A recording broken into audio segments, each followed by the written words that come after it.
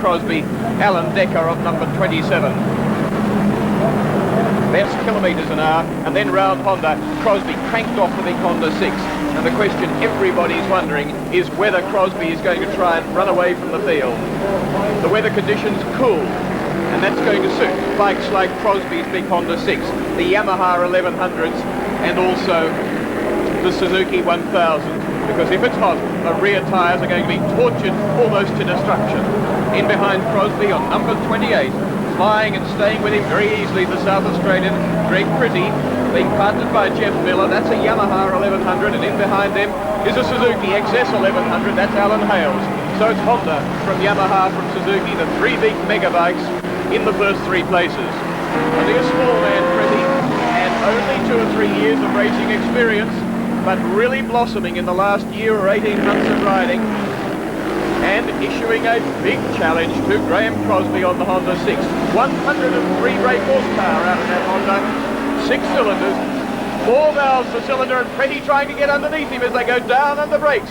Pretty into the lead, and Crosby round the front of him. And Pretty only just still on the bike. The Yamaha sliding the tail out there, and it was wonderful riding from Pretty that kept him on board. A cheeky look over the shoulder too from Crosby. Sub 59 second laps. Pretty now in the lead. Right under, but Crosby will get him on the exit. Yes, Pretty too fast into the corner, and Crosby on the right line to come out quickly, which is the essence of all. Pretty looks to me, frankly, as though he's having a bit of a brain snap. I don't think this is the way to ride a 6-hour race, an incredible pace, and not one that Crosby would like. Crosby doesn't want this sort of scrapping. Why Pretty's doing it, I don't know. He stuck his neck out so far twice, and this seemed almost doomed to failure, and I think Crosby will let him go. Although Crosby doesn't know how to let people go in front of him. But I think he will. I think Crosby doesn't want to be drawn into that sort of thing, and he can see the danger. He could possibly get brought down by Pretty. Now the gap between the first and last lap by 8th lap is 47.5 seconds. Former race winner Clive Knight, what's happened? No, we've got a minor problem there at the moment, which is going to end up a major problem. I think we've sucked the cam box cover gasket in, and as you can see, the oil's spewing out all over the place, so you couldn't proceed at that rate, or we'd have been down the road, plus probably a lot of other riders down the road as well. You're covered with boiling oil. Has it hurt you at all? Not with these leathers on, but it's pretty slippery. It's good oil, it's Castrol. Real drama now as the second of the 4 6-cylinder Hondas ended, runs into trouble. Graham Crosby, the early race leader, now slipping back to 3rd place behind Alan Hales on the Suzuki, and Pretty, who'd already overtaken him, and preparing to go into the pits, I think. Here he goes, Graham Crosby into the pits, the glamour bike of the race, the Honda 6-cylinder. 2 of them now into the pits in the first few minutes of this year's Castrol 6R. Graham Crosby. He's never won the 6R. On pole position yesterday with 58.1 second qualifying lap, 9/10 of a second under the race record, and here he is.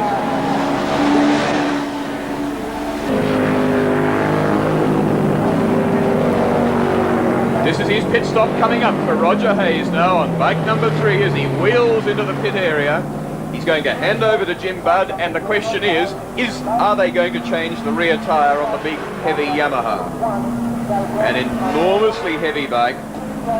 It weighs in at 256 kilograms. The official scrutineers will be checking the tread depth, and they will order the bike to change the rear tyre if they consider it to be too worn and it to be dangerous. In the pits, in 2nd position, Jim Budd, Roger Hayes. The team Avon Kawasaki, the first wheel change of the race. They've brought in the Pitman's Yamaha team, the team that was helping Greg Pretty before he crashed, to assist in changing the rear wheel because the Pitman's team have proved faster.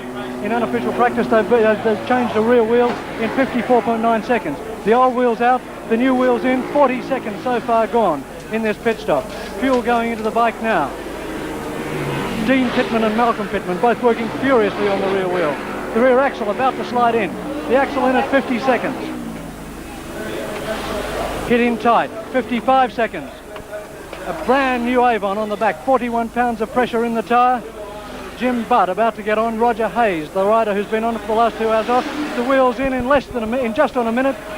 The bike's down. 70 seconds, 72 seconds, and Jim Budd's out. A record pit stop. And everyone is jubilant. Roger Hayes, how do you feel about it? Very pleased. The bike's going exceptionally well. No troubles. You just got to... Michael Cole doing such a great job on bike number 8, the Honda CBX 1000.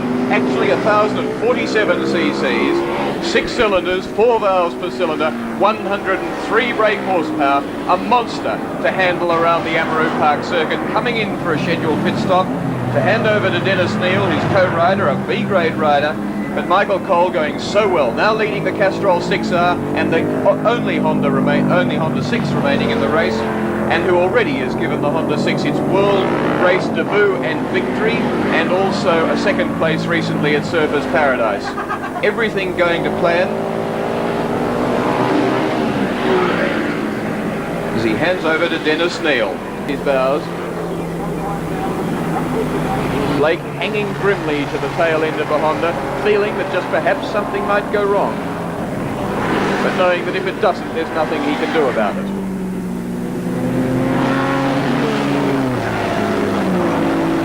Hayes fighting cramp and great tiredness up in front, but going well. Cole in third, Warrior second, the gap between the two of them 20 seconds.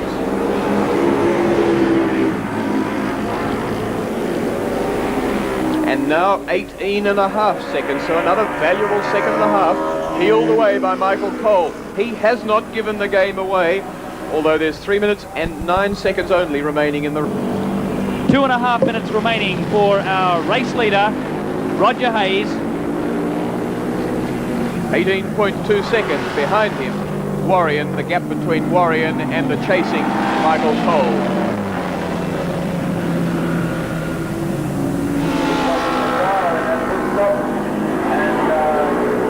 Race leader Hayes, he's comfortable, but everybody else is working hard. This is the man that's being hunted by Michael Cole. John Warrior, just 18 seconds in front of him, towards the flag, although of course as the race distance is time rather than distance, he mightn't be the one that gets the checkered flag, because it will just be waved, and whoever crosses the line at the exact end of 4 hours, which is less now than 1 minute away. In fact, it's close to half a minute away and 1 lap to go, Roger Hayes. That's what they're telling you. Time to wave to the crowd as he goes up the hill. A brilliant effort from the two riders and from the team, and 15.1 seconds separate second place Warrior from third place the hunter, Michael Cole, on the 6-cylinder Honda. So it's Yamaha from Ducati, from Honda, from another Ducati, from the BMW. And that's it. The 6-hour time is up. The flag will be out just before Hodgson Corner. And at any moment now, the checkered flag comes out. He's waiting in readiness. He's waiting there for Roger Hayes, who gets the checkered flag and victory for the second time to back up his victory with Jim Budd in 1976. Winning it again this year by an enormous two-lap margin on the 1100 Yamaha. A brilliant performance. In second place will be Warrior on number 12, 13.3 seconds in front of Michael Cole, doing such a grand job on the Honda 6, blasting past Ken Blake, pushing him back to fourth in the latter part of the race. There's an exhausted, very, very weary Roger Hayes, running the bike actually into the back of the trailer, just misjudging slightly, joined by his teammate Jim Budd.